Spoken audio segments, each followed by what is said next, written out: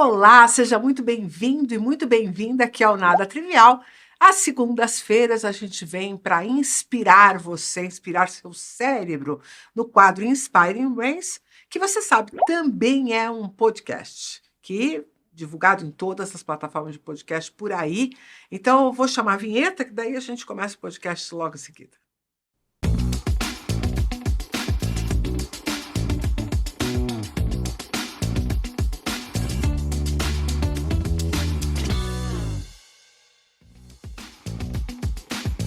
Olá, seja muito bem-vindo ao Inspiring Brains.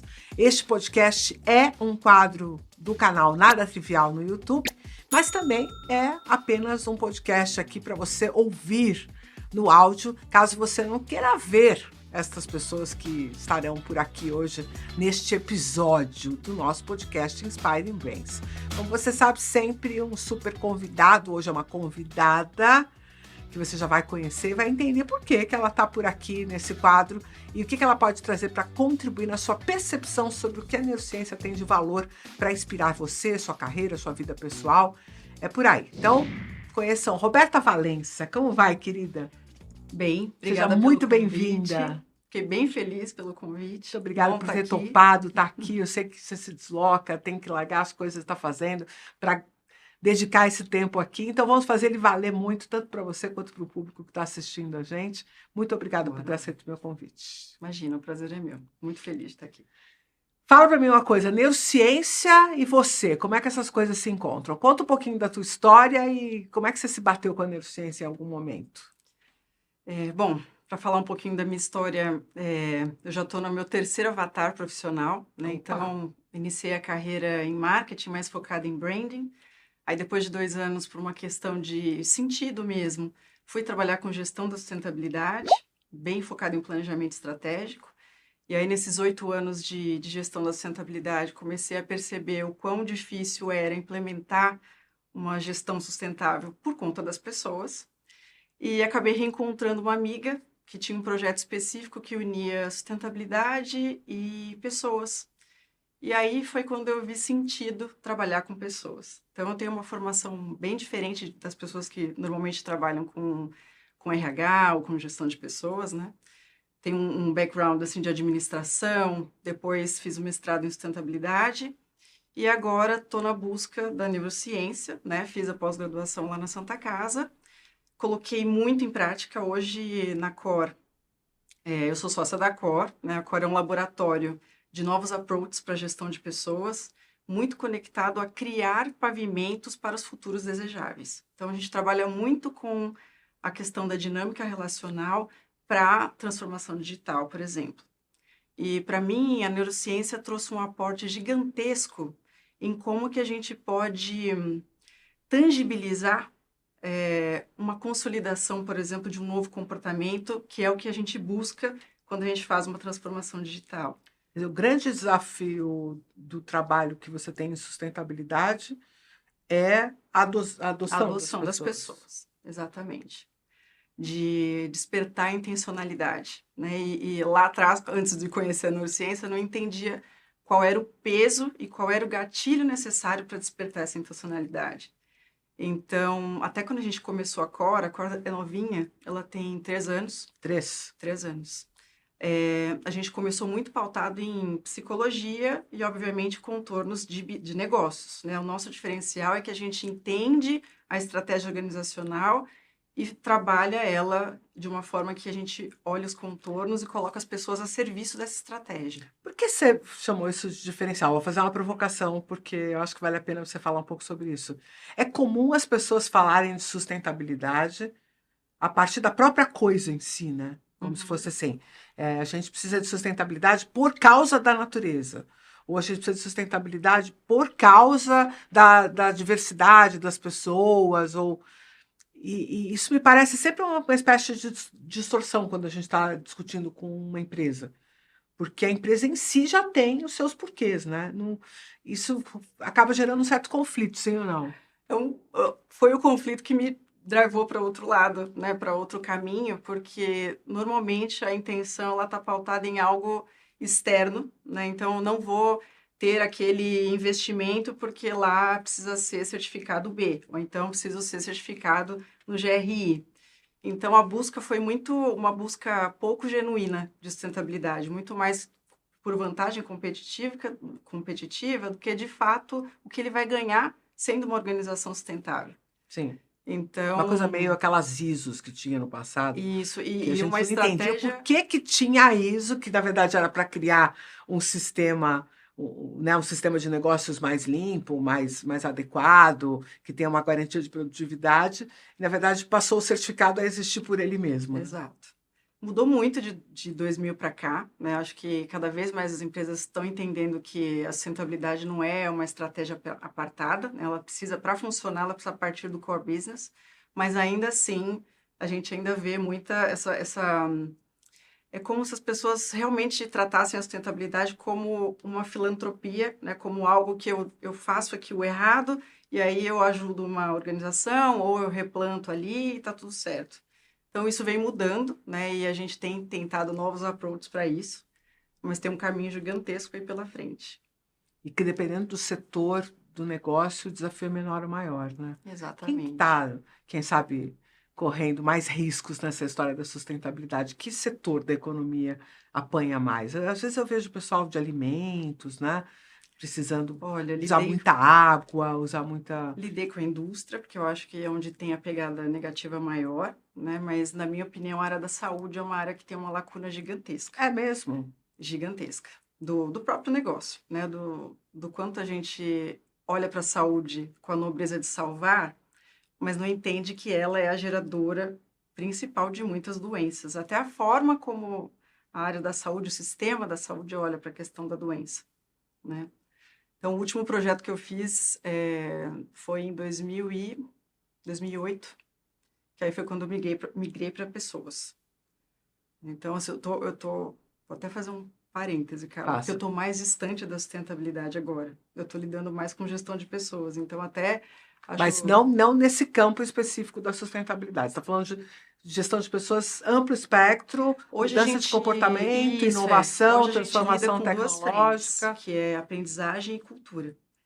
Então, aprendizagem e cultura a serviço de uma transformação digital, a serviço de uma organização que ela quer ter mais cola ou entender um pouco mais sobre o contexto que ela está inserida. Aí, quando eu digo contexto, ela parte de um contexto mundial, de nova economia, até a gente entender mercado, até entender como que a organização quer se colocar, se projetar nesse contexto, né? Como que ela ajuda a construir o futuro a partir de agora.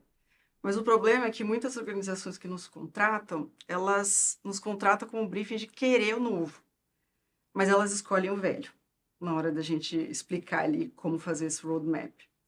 E a maior parte dos contratantes da Core não é o RH, é o CEO. E aí eu acho que faz conexão com o que você ia trazer primeiro, quando você falou do planejamento estratégico, porque o que a gente percebe muitas vezes é que as pessoas também olham de uma forma muito dual para o planejamento estratégico, cultura, versus o treinamento que eu vou escolher fazer. E a gente montou um produto que foi depois da pós, que é o produto também tese do meu trabalho de conclusão, que ele se chama Teaming, e a gente trabalha ele minimamente de 6 meses a 1 ano para poder trabalhar a consolidação desse novo comportamento, tanto de Dá um forma exemplo para individual mim? quanto coletiva. Dou um exemplo. A gente pegou ali as etapas de como o cérebro aprende, né? Então, a questão da presença, que gera intencionalidade, o envolvimento ativo, a correção de parâmetros ali com feedback, e isso numa constância de repetição que vai gerar uma consolidação do novo comportamento que a gente precisa de um tempo para lidar com isso. Então, a gente criou uma composição de Power Skill que ela é composta por aquilo que a gente precisa desaprender, aquilo que a gente precisa aprender e reaprender dependendo do nível de maturidade da organização. Então, a gente cria ali essa Power Skill muito pautada, olhando esse mapa contextual, entendendo quais são as tensões na dinâmica relacional, para a gente poder detalhar contornos organizacionais e o tema principal que a gente vai trabalhar durante esses 6 meses. Então, vamos supor que o tema é tomada de decisão. Então, a gente começa ali com a parte de intencionalidade, trabalhando um design de experiência. Esse design de experiência tem sempre um gatilho emocional ativado de acordo com os elementos que a gente conhece daquele time, por exemplo. A gente tem todo um pré-trabalho, um pré-work para conhecer a biografia de cada um deles. Então, a gente trabalha esse gatilho emocional, a gente tem várias experiências, design de experiência nesse sentido, depende muito do objetivo da organização. Então, a gente abre esse gatilho emocional para construir com cada indivíduo do time uma intencionalidade pessoal e com a qual ele vai se comprometer para a construção em grupo nos próximos 6 meses. E aí, no caso da tomada de decisão, a gente começa suspendendo crenças. Então, vamos olhar o que é tomada de decisão, desde conceito até o que a gente escolhe que será tomada de decisão dentro daquela organização, como se fosse um gatilho mesmo coletivo, em que toda vez que a gente atuar no pano de fundo do planejamento estratégico, quando as pessoas estiverem ali recorrendo aos recursos antigos, usar aquele gatilho para lembrar da conversa e lembrar de toda a construção. Então, a gente tem encontros semanais, a princípio, pautados mesmo nos desafios reais. Então, a gente trabalha fazendo observatório nas reuniões de diretoria. Isso é importante. Esse produto é um produto para C-Level. Então, a gente só trabalha com CEOs e com o comitê executivo, com o L1 dele.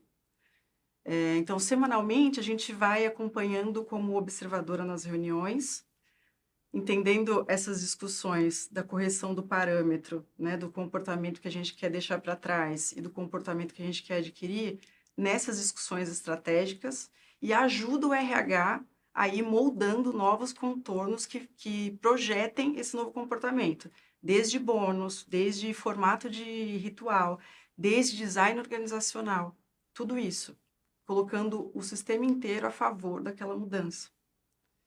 Então, é um produto bem diferente,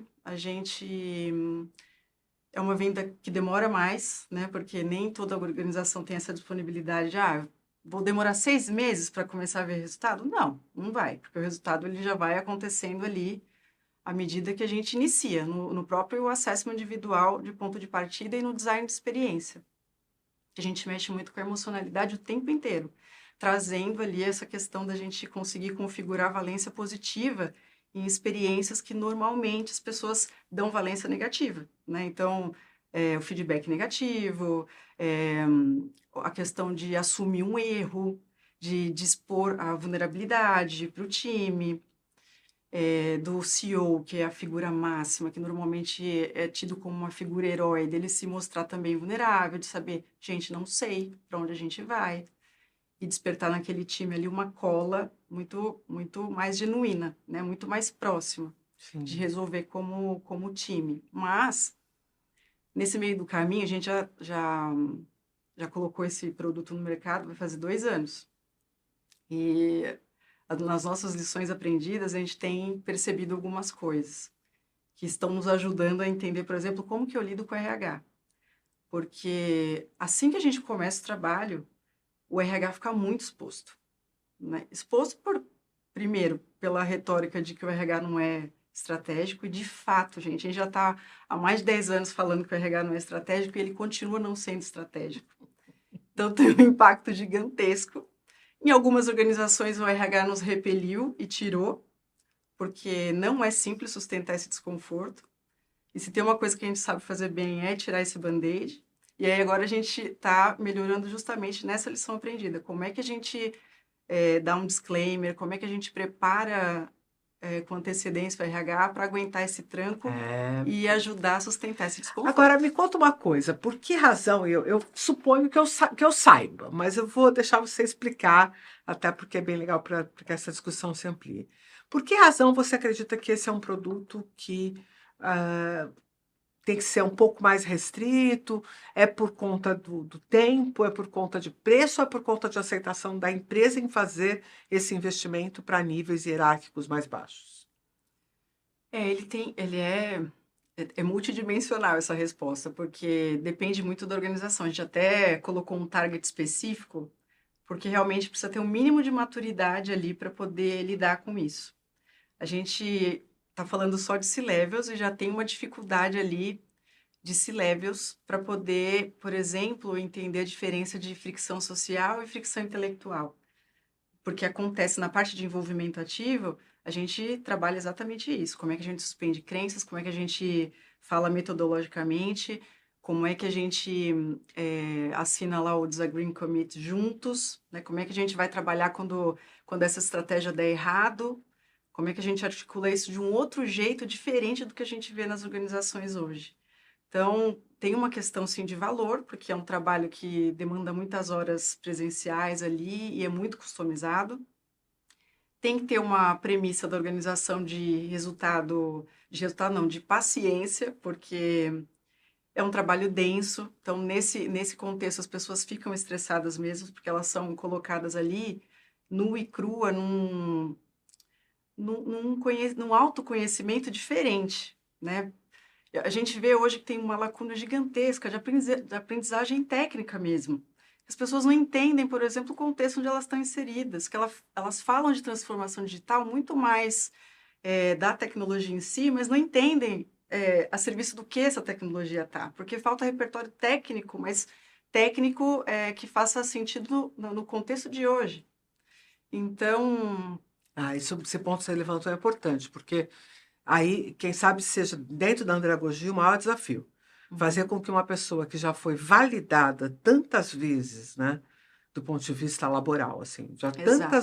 já recebeu tantos ok's, já subiu tanto na carreira, e ela chegar num determinado ponto, você fala para ela, espera só um minutinho, que tem um monte de coisa técnica Uhum. que você não está sabendo, porque é uma questão do tempo que a gente está vivendo. É isso. Né? E que demanda tempo de aprendizagem ali, e é um outro tipo de aprendizagem, né? Muito mais complexo do que a gente tinha antes para poder dar conta dos Mais desafios complexos.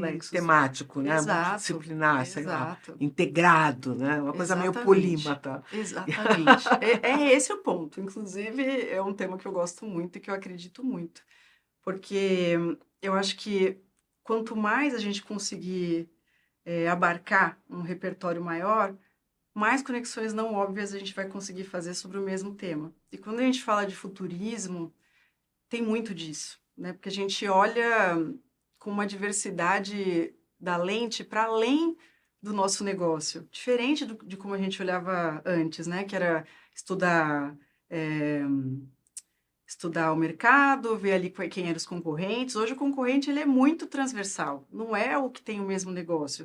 Quem imaginaria que a BYD, uma empresa que era de bateria, ia se tornar uma indústria automobilística? A gente atende uma grande indústria automobilística brasileira e é impressionante, porque a gente, por exemplo, a composição de um time de engenharia, por exemplo. A gente chega lá, é uma baita empresa, a composição ainda são engenheiros mecânicos, engenheiros elétricos, enquanto a gente está falando de engenheiro de software hoje. E não tem essa conexão. E aí é bem isso, quando a gente Tem um fala com um certo medo comitê, também de perder um território conquistado, eu não né? sei se é medo, Não. eu acho que é uma zona de conforto tremenda. E uma falta de visão a longo prazo está perdido mesmo. E aí depois quando entra no burnout não é só uma questão de saúde mental, é uma questão de, de lacuna mesmo, de não conseguir onde eu tô, não ter nenhuma referência, porque caiu ali num espaço que ele não tem nenhuma referência, está sem chão e está sem teto. E a gente vê muito isso nas organizações. E aí quando a gente chega para um comitê e fala, olha, vocês não são estratégicos, sempre tem aquele, nossa, a gente sente, assim, eu até brinquei com a minha sócia, falei, vamos começar a fazer as facilitações com uma fitinha preta no umbigo e acender um incenso aqui, porque é uma vuduzagem, a gente sai de lá, ó, daquele jeito, porque a gente mexe exatamente com isso, com a questão da validação ao longo de uma vida inteira. Então, são executivos que foram expatriados, que trabalham quase 40 anos na organização, têm um salário astronômico. Como assim você está me dizendo que eu não sou estratégico? E aí, quando ele coloca, a gente trabalha muito a gente estuda muito a estratégia organizacional e o contexto da organização que a gente vai atender. justamente para conseguir ter punch, para debater ali e trazer questionamentos que os provoquem a ter o mínimo movimento, né? A abertura, para poder identificar, se reconhecer nessa lacuna, porque se ele não se reconhece, não tem a indicação de que precisa mudar. Ele Sim. não vai acessar a Não é metacognição, exato. Vai ficar aquela coisa etérea, né? Então, Que foi uma coisa mais assim, tá, eu entendi o que ela falou, mas, tipo, eu superei já isso. é isso. Não, eu entendo, é só utilizar a IA. Né? A IA virou remédio para muita coisa, mas aí quando a gente vai parametrizar a IA, é um fiasco, né? Porque as pessoas não E o quanto entendem que eles ainda. estão procurando, por si, assim, independentemente da empresa, formação nessa área? Pelo teu feeling, você percebe que as pessoas estão correndo atrás ou, tipo, estão meio, não vai ser, comigo não vai morrer, não vai ser no meu colo que isso vai acontecer? É, eu diria que 80% é É, assim, né? ah, não, isso aí vai acontecer, sei lá quando. Não, isso não vai emplacar, isso daí, e aí é assim que leva. É porque a gente atende um público bem Mesmo com misturado, tantos exemplos, né? mesmo com É tantos louco isso, exemplos. porque é um nível de negação de algo que Absurdo, tecnicamente é surpreendente, porque são pessoas inteligentes, né? exato. Que tiveram alguma sacação para poder chegar onde estão, né? Exatamente. Mas tem um lastro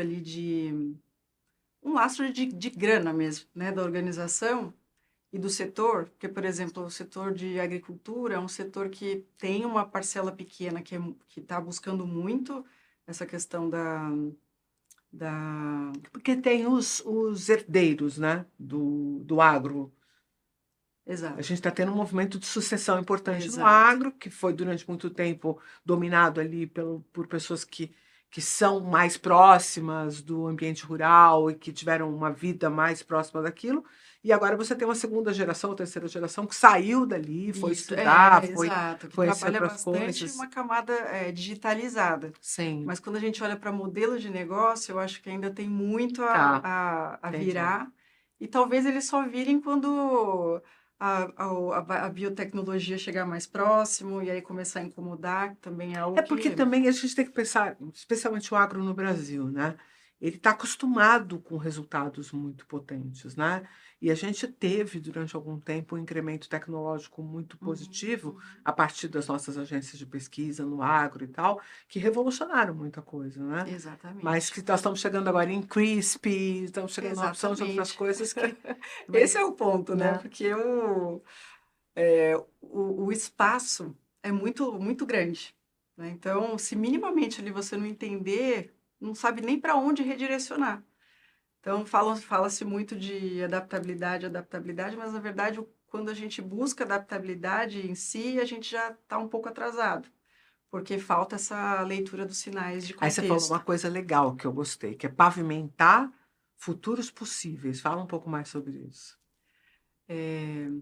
Inclusive, eu conheci a Ana em 2018. A gente fez um curso de futurismo juntas e de lá para cá eu mudei muito a minha Ana visão. Flávia, Ana very bom, Flávia, Ana Flávia, a a dopamina minha, mais incendiária que vocês conhecem é, aqui no a canal. minha polímata preferida. E a gente fez esse curso juntas e ali mudou muito a minha visão em relação a como que a gente constrói futuros. Né? E que, graças a Deus, são futuros, no plural e não futuro, porque se a gente fosse depender de uma tendência específica a se estabelecer, eu acho que seria muito triste vendo as tendências que a gente olha hoje de tecnologia, de IA, o quanto que, enfim, aquelas baboseiras todas que a gente ouve que as baboseira, eu vou dizer até com cuidado, né? Que a questão de perder o emprego para IA, essas coisas que as pessoas pegam os catadinhos Que ali e falam, são mas são visões distorções. simplistas, né, sobre o Exato. fenômeno. Então, o que a gente promove nas organizações é o quanto que elas colocam-se num lugar mais propositivo de que futuro ela quer construir. Que não necessariamente se ela encontra ali sinais que o negócio vai morrer, que se realmente tem algum propósito, que ela desvirtue, subverta esse caminho e ajude a construir um caminho diferente. Então, os futuros desejáveis está muito pautado nessa proposição organizacional, que é dela se reconhecer nesse contexto e escolher qual futuro que ela quer se dedicar, qual futuro que ela quer acreditar. Você acha que tem espaço para todo tipo de pessoa, com todo tipo de personalidade? Ou esse e aí eu já vou puxar um pouquinho a sardinha para a neurociência, a partir da visão que você teve na neurociência, você se sentiu mais potente para lidar com essas diferenças? Muito mais. Eu sou uma pessoa mais pragmática, né? Sempre gostei de psicologia, até para resolver as próprias questões que nunca acabam, né? Mas nas organizações, eu tinha um pouco de... Eu sentia das pessoas, tipo assim, trabalho com RH, mas aquele negócio de abraçar a árvore. E assim, a gente sempre tem esse lugar, né, de comentar isso, mas eu acho que são os únicos momentos na organização que eu vou parar para realmente pensar em mim, estar conectado comigo e com os outros. E é quase como se fosse uma resistência ao próprio processo terapêutico, né? A resistência Exatamente. que as empresas. Porque, a princípio, eles vêm com uma desculpa, vamos dizer assim, de que é uma coisa muito abstrata, ou muito das ciências humanas, ou muito bicho grilo e tal. Mas acho que, no fundo, é uma resistência a ter este momento de encontro com questões mais profundas, mais próprias, né? Não faz muito sentido. E É. ainda se a gente levar em consideração que hoje a dinâmica relacional que dá conta da complexidade é a profunda. E aí, quando eu digo a profunda, e muita gente... A gente ouve piadas, por exemplo, quando a gente vai fazer um laboratório de segurança psicológica, porque aí as pessoas acham que o espaço de segurança psicológica é um espaço para ser bonzinho, para ouvir as pessoas, e não entendem que, na verdade, a segurança psicológica ela é uma base para divergência. Porradaria. É o que a Ana e que a Ana e a... Oh, meu Deus! Que a Ana e a Carla fazem no Dopaminas. É exatamente isso, é a fricção intelectual, a gente ter repertório para debater um assunto ali de forma consistente, com método, e que falta muito nas organizações. E é por isso que as pessoas apelam para a questão da fricção social e da entrega de resultado pautado em validações anteriores, que não necessariamente traduz resultado no contexto de hoje. Sim. Então, a gente percebe isso nas organizações. Primeiro, as pessoas são rasas nesse contexto e buscam ali as relações um pouco mais de consenso e menos de desafiar Fazem o que eu chamo de política burra. É. Porque se é para você buscar apenas consenso, não precisa fazer política. Basta assinar contratos. Exato. Certo? E não dá resultado. Assina contratos. Só que é um contrato que provavelmente não vai atender aquilo que você precisava. Exatamente. Né? Vai ser um contrato que não vai fazer atendimento das necessidades, porque ele não trabalhou em cima da dúvida. Ele não trabalhou no lugar onde havia a dissonância. Exatamente. Ele trabalhou no consenso. Exatamente. E a única chance que tem, foi interessante você lembrar do Dopaminas, porque a única chance que tem da gente discutir, e discutir até onde der, sem precisar quebrar o pau, é respeitando o processo. É entendendo que o processo é o que a gente está buscando e não o resultado. Porque é a partir do processo que a gente consegue questionar todas as coisas que estavam acontecendo via o status quo, via sempre foi assim, via a gente está acostumado desse jeito, ou aqui sempre foi dessa forma. Porque eu acho que essa é a coisa que você mais ouve, é o que eu mais ouço. Quando eu vou falar de mudança comportamental, você não sabe como as coisas são aqui. Exatamente. E aí tem essa disponibilidade, porque poucas organizações estão dispostas a mudar mesmo, por exemplo, os contornos, para que isso não seja mais validado aqui. É a mesma coisa de você ter um diretor que causa muita discordância, falta com respeito. É um detrator da segurança psicológica, mas ele entrega o número. A gente vê muito isso em equipes comerciais. Sim, e aí isso vai ser questionado. A organização pura e simplesmente demitir está fora de questão porque ele traz o resultado. Mas não, você entende? Eles querem alguém que ajude a construir a cultura ali, mas no momento em que a organização tem que mostrar o contorno, que ela quer isso, ela dá o passo para trás. Então, e não tem clareza desse complexo do sistema. Porque as pessoas reclamam muito, e eu já vi muito gestor organizacional, muito líder reclamando que as pessoas estão em busca de resultados de curto prazo.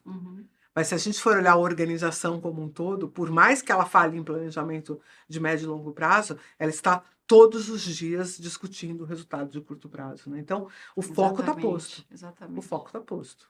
Né? É difícil você revelar uma intenção no seu comportamento, que aí é neurociência pura, né? Você revela a sua intenção no seu comportamento e depois você declara uma intenção diferente dessa que você está executando.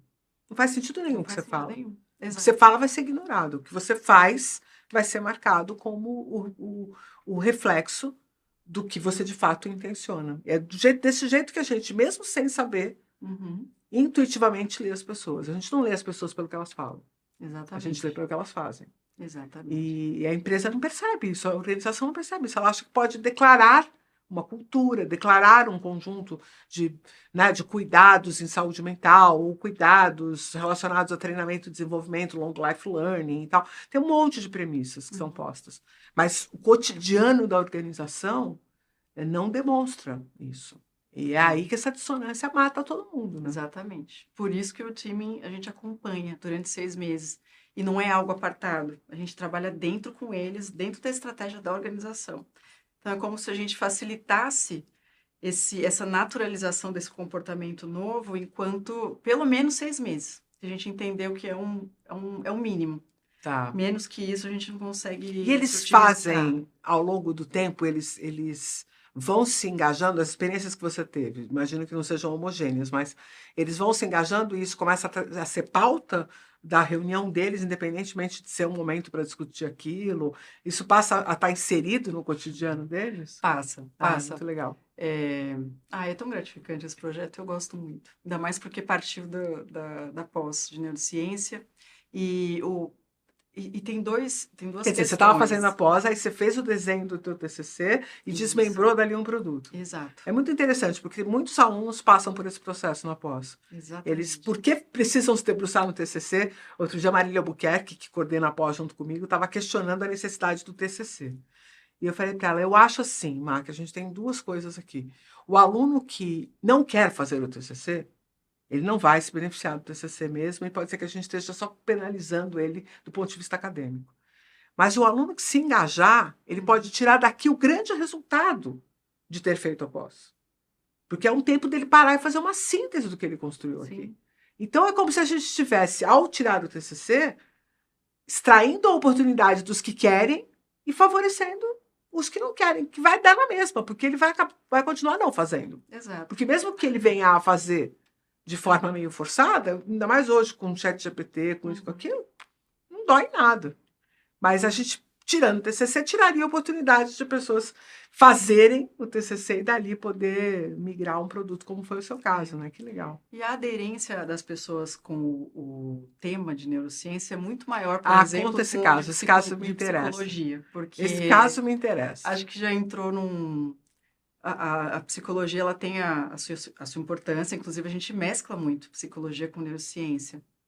Principalmente quando a gente vai falar da emocionalidade, de repertório emocional, da biografia de cada um, porque a gente acessa muito isso nas pessoas, até para trabalhar como que a caixa essa preta. hora que conversa dessas coisas é dor pura. Dor pura. É o corpo de dor que a gente chama.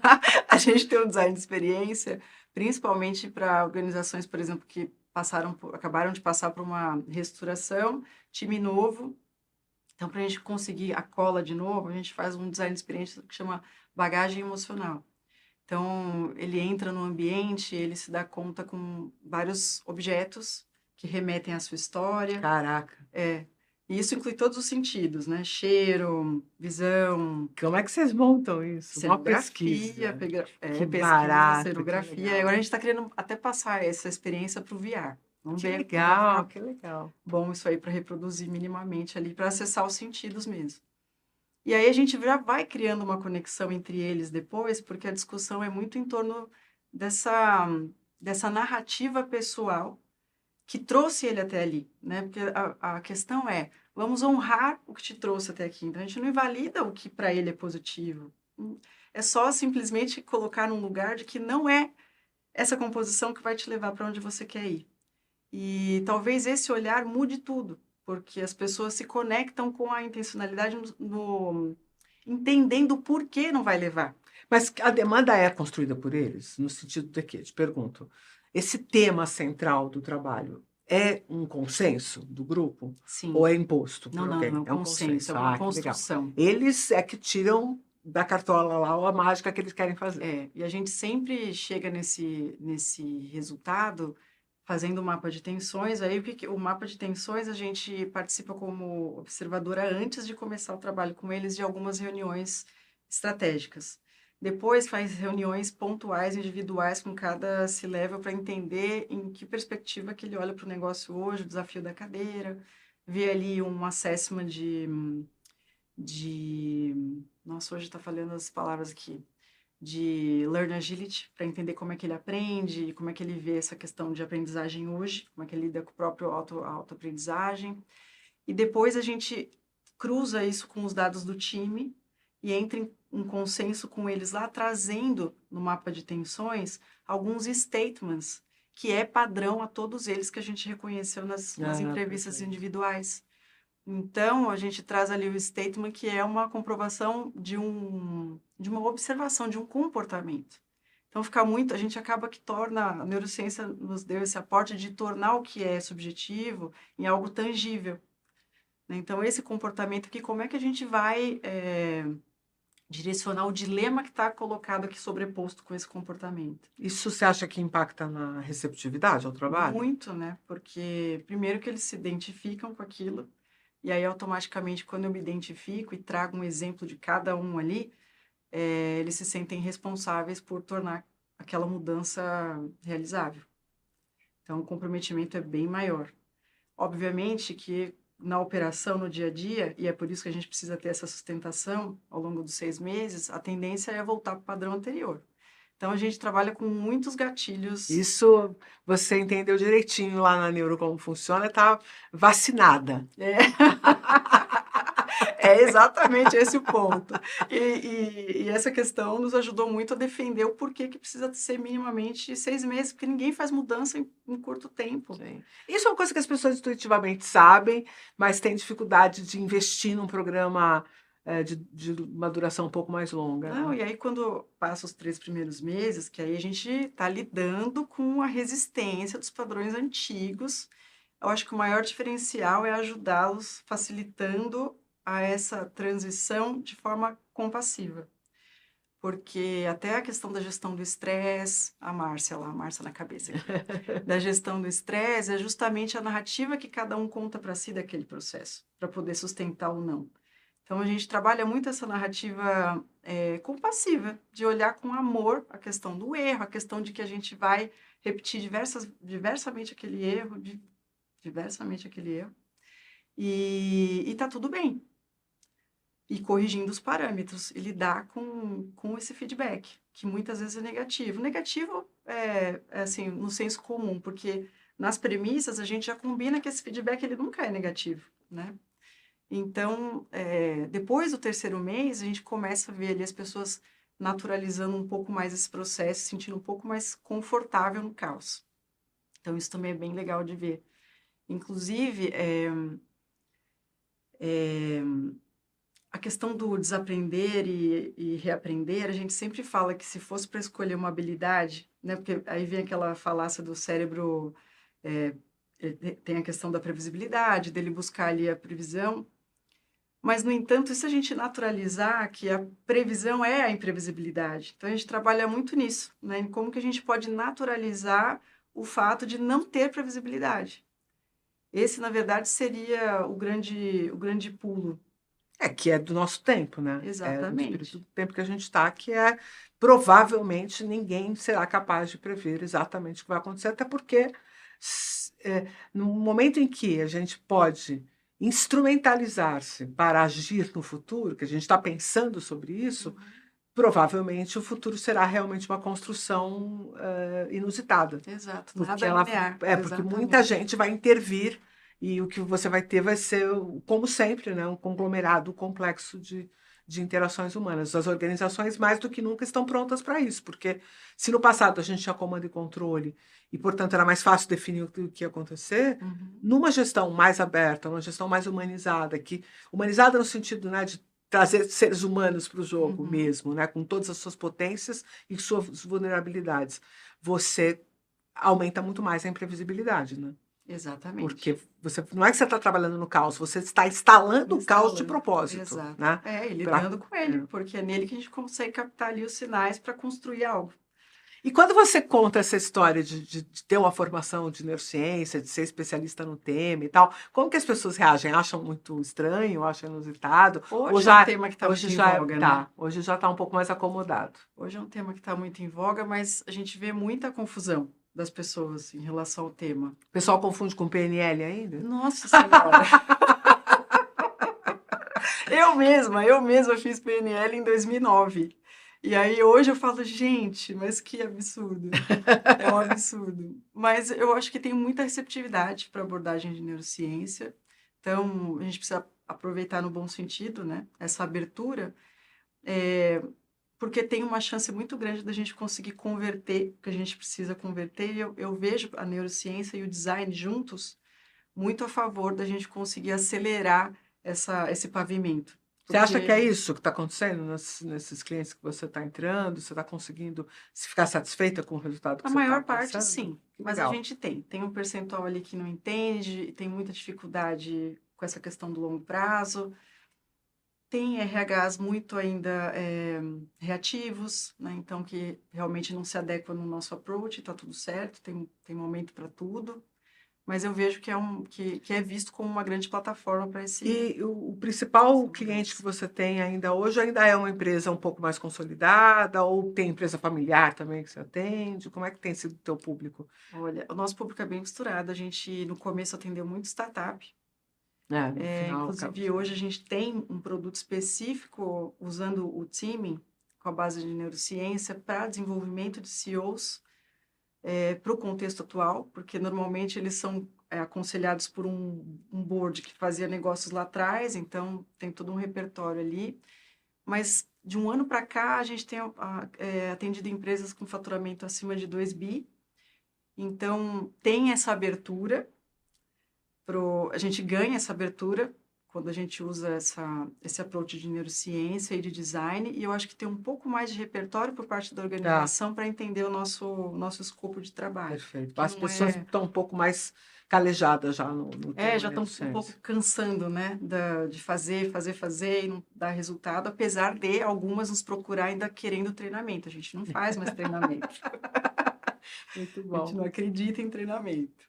Então, no começo foi bem difícil, mas cada vez mais a gente sente que está mais próximo de realmente entregar um recurso que seja realmente um elo para futuros desejáveis do que permanecer o status quo vigente. Massa. E que tipo de profissional você acha que hoje poderia se beneficiar de fazer uma especialização em neurociência, o caminho que você trilhou? Você acha que é para todo mundo? Você acha que tem um perfil específico? Deveria ser para todo mundo. Eu acho que é uma bagagem importante para todo mundo, porque a gente começa a aplicar na nossa própria vida, né, Essa é a hora que, olhando. que o meu público pergunta quanto que eu te paguei para você falar isso. Olha, tenho meus dedos com a instituição, mas de fato foi um divisor de águas, né? Então acho que todos, sem exceção, deveria fazer neurociência, principalmente quem trabalha com educação, saúde e o próprio RH, porque a gente não vai ter como colocar o problema complexo de pessoas a serviço da estratégia se a gente não começar a entender como que funciona e principalmente reconhecer o quanto que o jeito como o sistema funciona hoje, na verdade, nos afasta cada vez mais de uma mudança significativa. Então, acho que o RH também é uma área que ela vai ser descentralizada. Tomara que daqui a uns anos ela nem exista, porque eu não acredito no RH como ele é hoje, mas acredito que ele pode ser um hub, ter um olhar mais de hub para ajudar nessa transformação digital, de colocar realmente, porque ele entende de pessoas, entende como a gente acessa a emocionalidade, mas não olha como algo complexo mesmo, né? Eu Que acho tem que o várias advento dos dimensões. business partners, de alguma forma, foi uma tentativa de levar o RH para mais próximo do Do negócio. negócio. E às vezes funciona, às vezes não, né? Não, Tem mas a maioria dos business partners são tiradores de pedido. São esse é o tiradores de problema. pedido. Eles Como as pessoas deturparam resolvem a tarefa que lhes foi confiada. é a gente pegar uma tentativa muito boa né, de criar algo novo, que tem uma semântica nova, que vem com uma proposta nova, mas na hora de implementar, usa a ferramenta antiga. Parece que a gente está fadado a esse looping, né? Esse E você sabe que a gente está fazendo uma transformação agora, porque a gente está acreditando, né, no curso como um curso realmente importante do ponto de vista do negócio, que é isso que você está trazendo hoje, né? Então, a gente está transformando a especialização, que era uma especialização lato sensu convencional, em um MBA, né, para trazer para dentro mesmo do negócio da administração, entender após como estratégica mesmo para o negócio para a administração. Tirar um pouco desse lugar mais soltinho e focar mesmo para ser um MBA. Provavelmente já em 25 a gente consiga essa titulação e a gente vai fazer essa transição.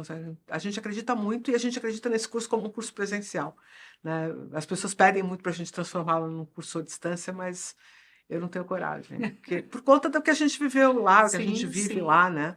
Sim. Das construções que são feitas no coletivo, das formações de grupo.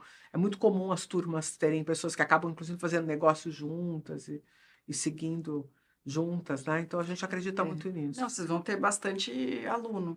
A maior parte dos nossos contratantes, como eu disse, são CEOs. E eles sabem muito mais de neurociência do que o próprio head ou diretor de RH.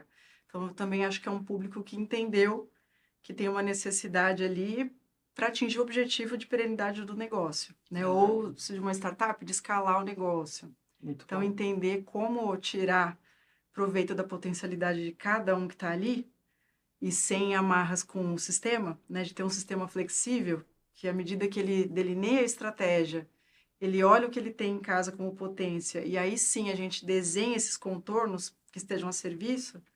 Então, acho que a neurociência pode ajudar muito. Muito bom. Caramba, amiga, como você tá indo longe nessa história, né? Parabéns. Muito obrigada por você ter vindo contar essa coisa aqui no Nada Trivial, aqui no Inspiring Brains. Para quem está nos escutando, saiba que esse também é um quadro do canal Nada Trivial, então te convido a vir visitar o Nada Trivial no YouTube. Tem, além do quadro Inspiring Brains, nas segundas-feiras tem vários vídeos, inclusive, como a gente comentou aqui, o Dopaminas é um podcast que sai aos sábados, comigo e com a Ana Flávia, debatendo, né, temas do cotidiano e os mais bizarros, né, que a gente pode imaginar. Eu espero que você nos dê a honra da sua audiência.